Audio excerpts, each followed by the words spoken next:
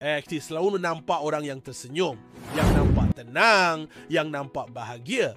Tapi tahukah anda di sebalik senyuman itu, ada cerita yang tak pernah diceritakan. Ada yang bangun awal pagi, mata masih bengkak menangis semalam.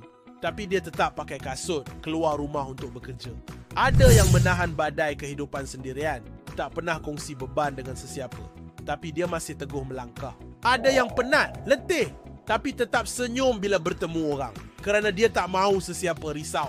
Mereka ini pejuang yang senyap, yang kuat menahan segala dugaan tanpa mengharapkan simpati. Yang senyap itulah selalunya yang paling kuat.